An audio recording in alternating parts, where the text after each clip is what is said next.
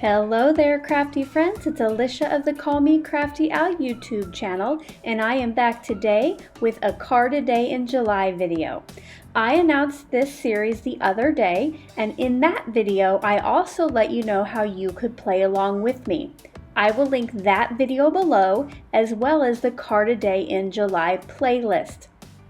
My goal this month is to try to get crafty every day and share it here with you on YouTube.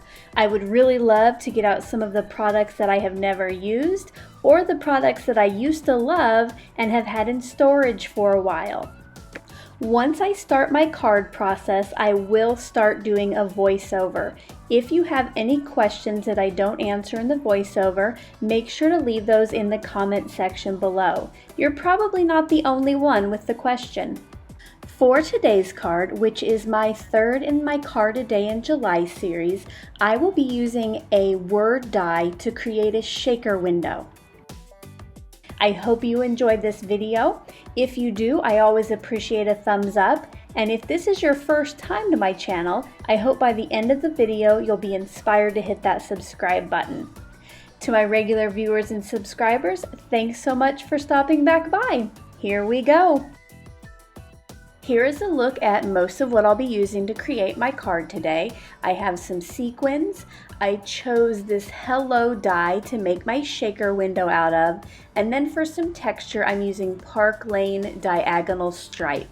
I also, of course, pulled out my big roll of foam tape. You know I love that for shaker windows.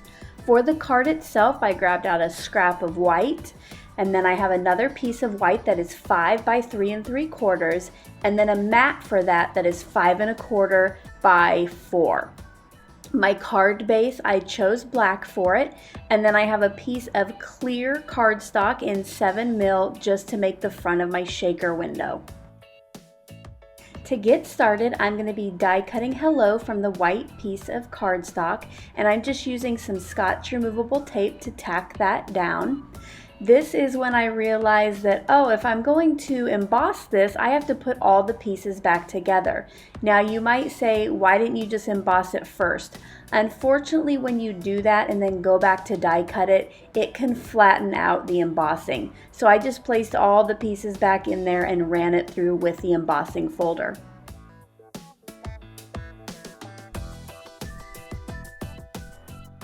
Off camera, I cut a piece of the clear cardstock that was just a little smaller than the embossed white piece, and now I am putting that behind it.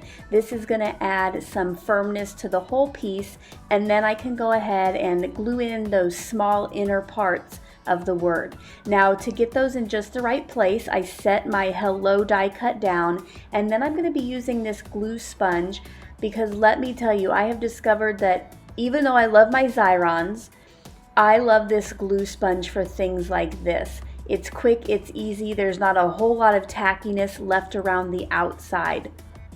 There was a teeny tiny piece that I just had to let go. It went between the last L and the O, and unfortunately it just would not stay in the right place, but I think you can still see what it says.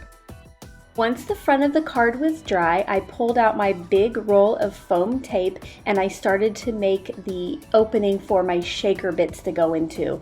The nice thing about this foam tape is it's nice and thin, so you don't usually have to cut it in half. I did have to cut a little strip between the two L's, but that was about it. Once I had all of the foam tape on the back, I went ahead and started putting sequins in the opening behind the letters. And you'll notice I did go ahead and I pulled out some chunky gold glitter as well as some small black sequins to add to the mix.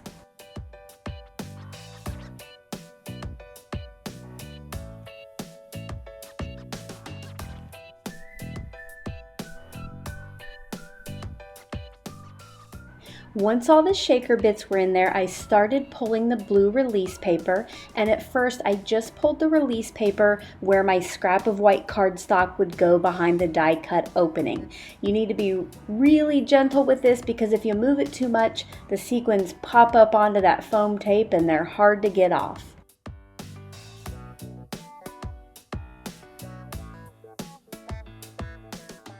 The next step is to get all the layers of the card put together. So I add a little more adhesive, I pull the blue release paper, and then that die cut piece gets matted on the gold foil paper. Once that's done, it will go on the front of the card base. I don't show it on camera, but I did put a piece of white cardstock on the inside for the personal message. I decided the card needed a little more bling to finish it off, so I pulled out my mini glue dots and I put 3 sequins on the front of the card. This was probably the hardest part, just figuring out the placement of these things.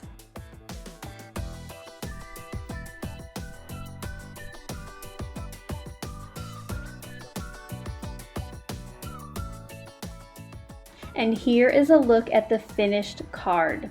I hope you enjoyed this video today, and until my next video, I hope you're having a crafty day. Bye-bye.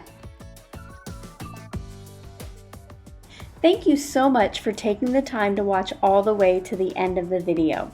I hope that you'll consider clicking on one of the videos or playlists I have linked above, and if you're interested in any of the products or tools that I use in the video, I do have some links in the description box.